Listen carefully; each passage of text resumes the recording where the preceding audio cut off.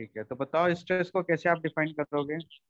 Sir stress किसी material का वो इंटरनल रजिस्टिव फोर्स है जो पर यूनिट एरिया पे एक्ट करता है, उसे ही स्ट्रेस कहते हैं। It is a internal resistive force per unit area is called stress. अच्छा, और स्ट्रेस की यूनिट क्या होती है? Newton per metre square, newton per metre square, MM square. अच्छा, 1 mega pascal equal to.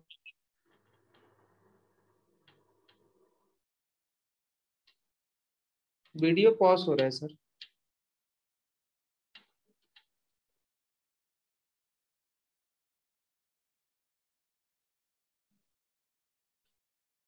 Are you hearing me sir? हाँ हाँ, विकास आवाज आ रही है आपकी। सर वीडियो पॉज हो रहा है। बताइए। यहाँ से तो सब सही है।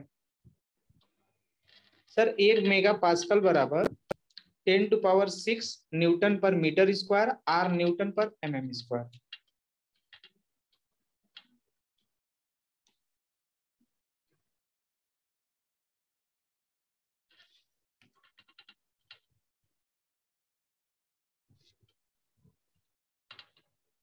सर नेट वगैरह मेरे यहाँ भी सही चल रहा है। कोई नहीं, आप बोलते रहो, आवाज आ रही है मुझे आपको आपकी। यस सर, एक एक मेगा पास्कल बराबर 10⁶ न्यूटन पर मीटर स्क्वायर। और मिलीमीटर स्क्वायर में कितना होगा? न्यूटन पर मिलीमीटर स्क्वायर में? सर वो 10⁶ हट जाएगा, 1 mega pascal is equal to 1 newton per MM square. चलो ठीक है, हुक्स लॉ को कैसे डिफाइन करोगे? सर हुक्स लॉ को, हम्म। according to Hooke's law, stress is directly proportional to strain up to proportional limit. This statement is Hooke's law. Okay, और Young's models को कैसे डिफाइन करोगे? Young's modulus. Yes, sir. Young's modulus is a slope of stress strain diagram up hmm. to proportional limit. R. Young modulus is a ratio of hmm. longitudinal stress upon longitudinal strain. अच्छा, एक बात बताइए मुझे, आप मुझे draw करके बता सकते हैं क्या स्ट्रेस टेंड कर्व कैसे ड्रॉ होता है? किस मटेरियल के लिए सर? माइल्ड माइल्ड स्टील के लिए। यस सर, ड्रॉ करके बता सकते हैं। माइल्ड स्टील और कास्ट आयरन दोनों के लिए बताइए। Okay sir.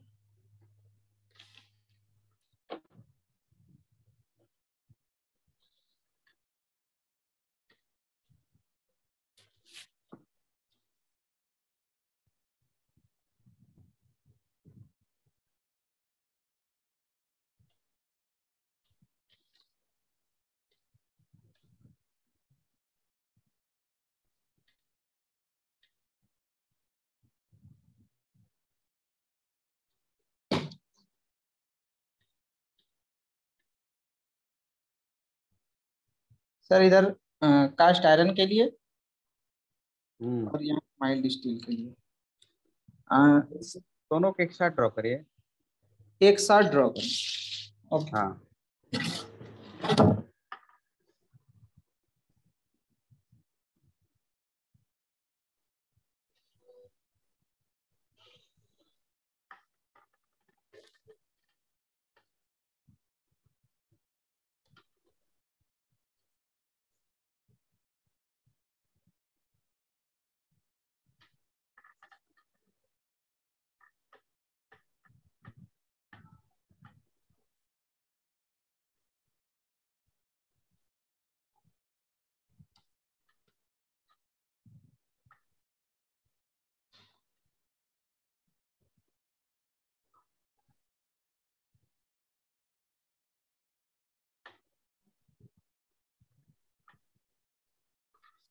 सर दिख रहा है?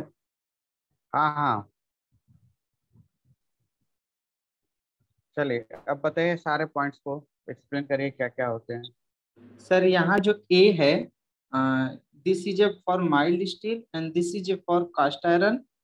Here A is denoted proportional limit and here B is denoted elastic limit and here C is denoted for upper yield point and here D is denoted lower end point. Here E is the ultimate stress value and F is a fracture point.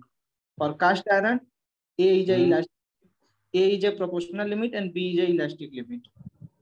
Sorry sir, A is a elastic limit and B is a ultimate point. Ultimate point के बाद फिर deformation होता है क्या कास्टेरन में? No sir. तो आप तो दिखाए हो. Sorry sir.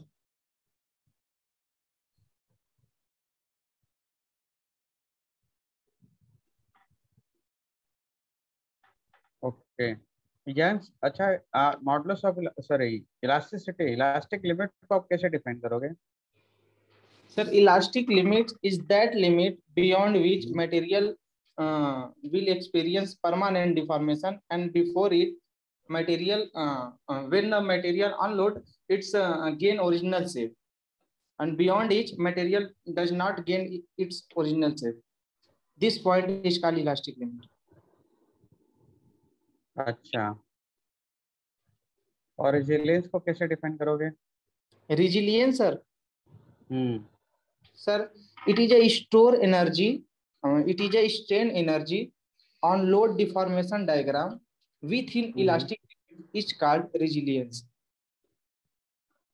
अच्छा, यूज क्या रेजिलियंस का? resilience का यूज, इसका ये यूज सर हम स्प्रिंग में करते हैं, जिसे हम डिफॉर्म करें उसके बाद वो अपने आप अपना सीप को रिगेन कर ले. मेनली रेजिलियंस स्प्रिंग के लिए काफी यूजफुल होता है सर. स्प्रिंग के लिए. और टफनेस को कैसे आप डिफाइन करोगे? टफनेस सर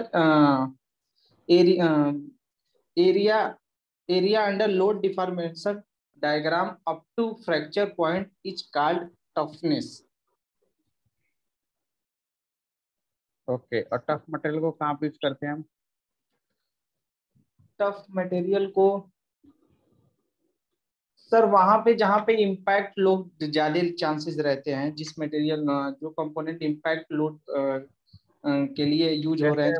कुछ एग्जांपल बताओ कैसे. फॉर एग्जांपल एग्जांपल सर अभी सर जैसे कि प्रेस फॉर्मिंग में डाई वगैरह हो गई. हाँ, press forming die die pressing नहीं करते हैं सर, वहां पे डाई को हमके टफ होना चाहिए क्योंकि उस पे लगते हैं.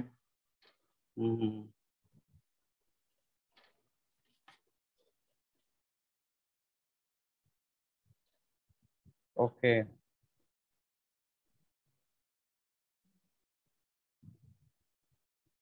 और हीट ट्रीटमेंट के बारे में क्या पढ़े हो? क्यों करते हैं ट्रीटमेंट?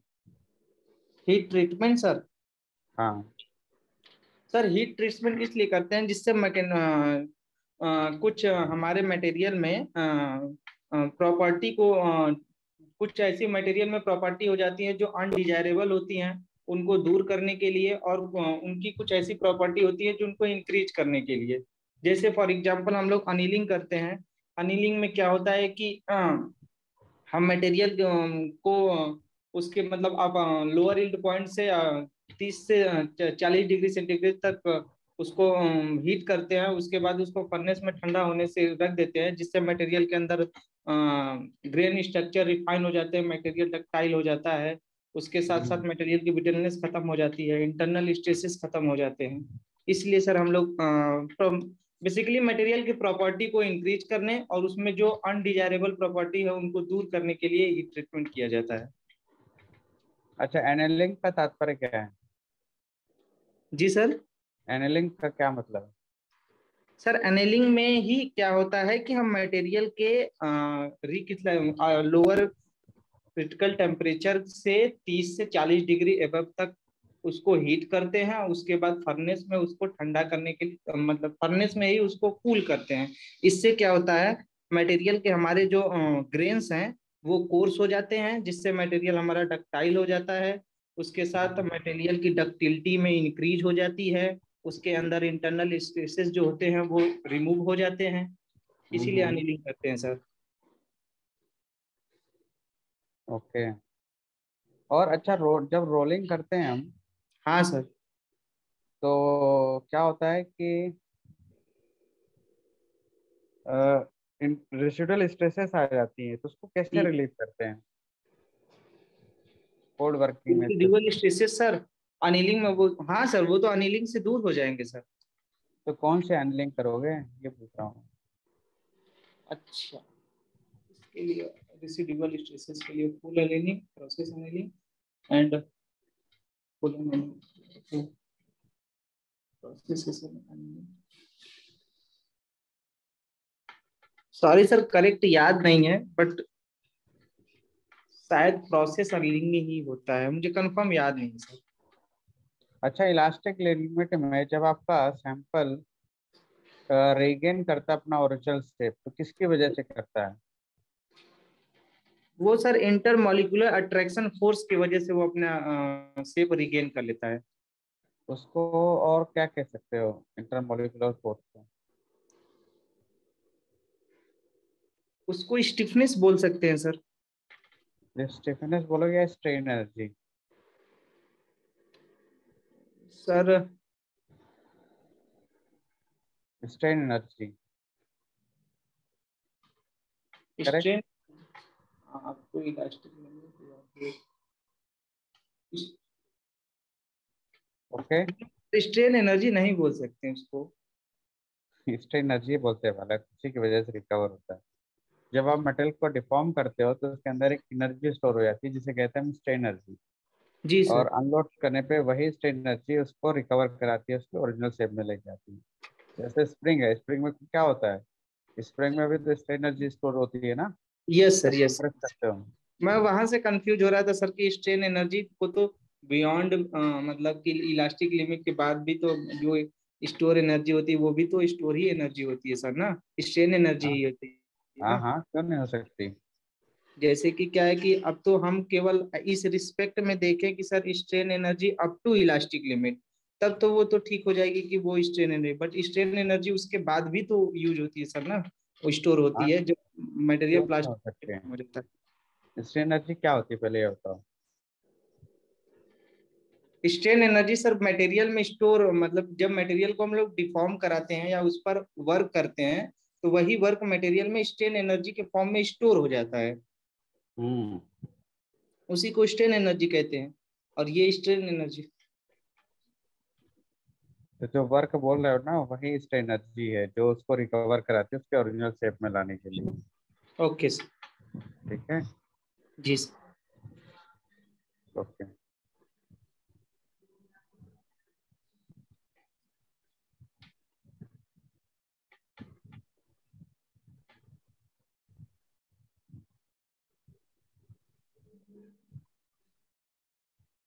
ओके।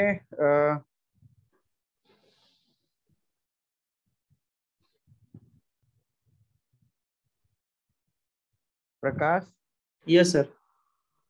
चलो ठीक है, काफी कुछ जानते हो, ऐसे ही बताना इंटरव्यू में। और अच्छा। इंग्लिश के वजह से गलत मत बोल देना।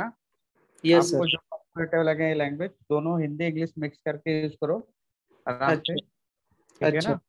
Yes sir. और बाकी कोई दिक्कत नहीं, कंफ्यूज मत होना, चीजों को एक बार और रीडिंग लगा लो जिससे और चीजें क्लियर हो जाएं।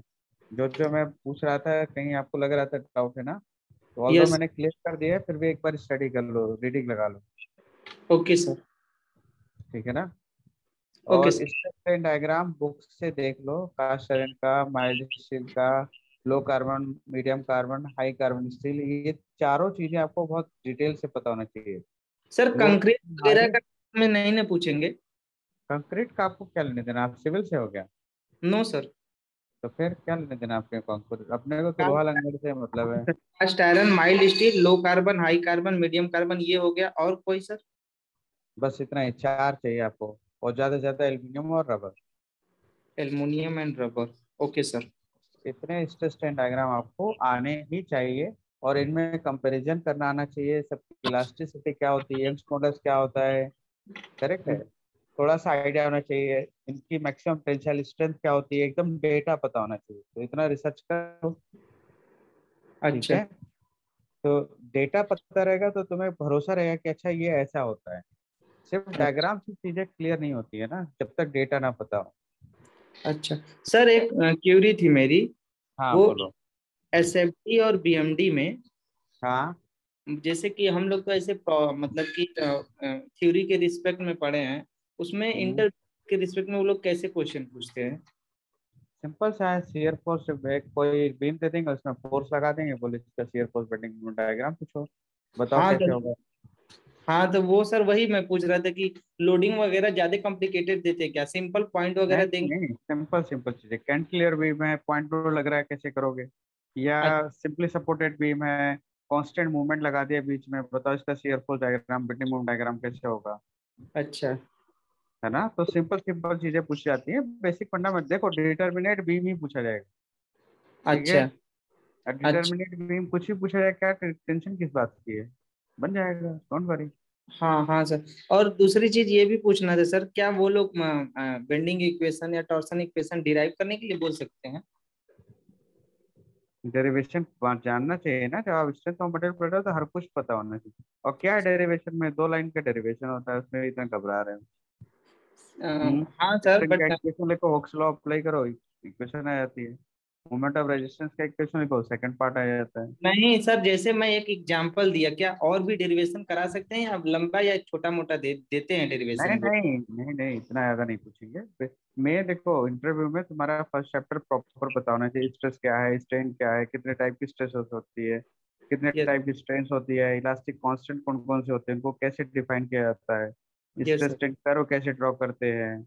यस ठीक सर। है, फिर यस। क्रिस्टलोग्राफ, फिर ये shear force bending moment diagram कैसे ड्रॉ करते हैं, हम्म। डिफ्लेक्शन कैसे ड्रॉ करते हैं, मोहर हम्म। सर्कल कैसे ड्रॉ करते हैं। बस यस सर। यही थोड़ा थोड़ा आइडिया लेंगे, बस हो गया। Okay sir. Hmm. Okay sir, thank you. चलो, चलो, all the best. Okay sir, thank you sir.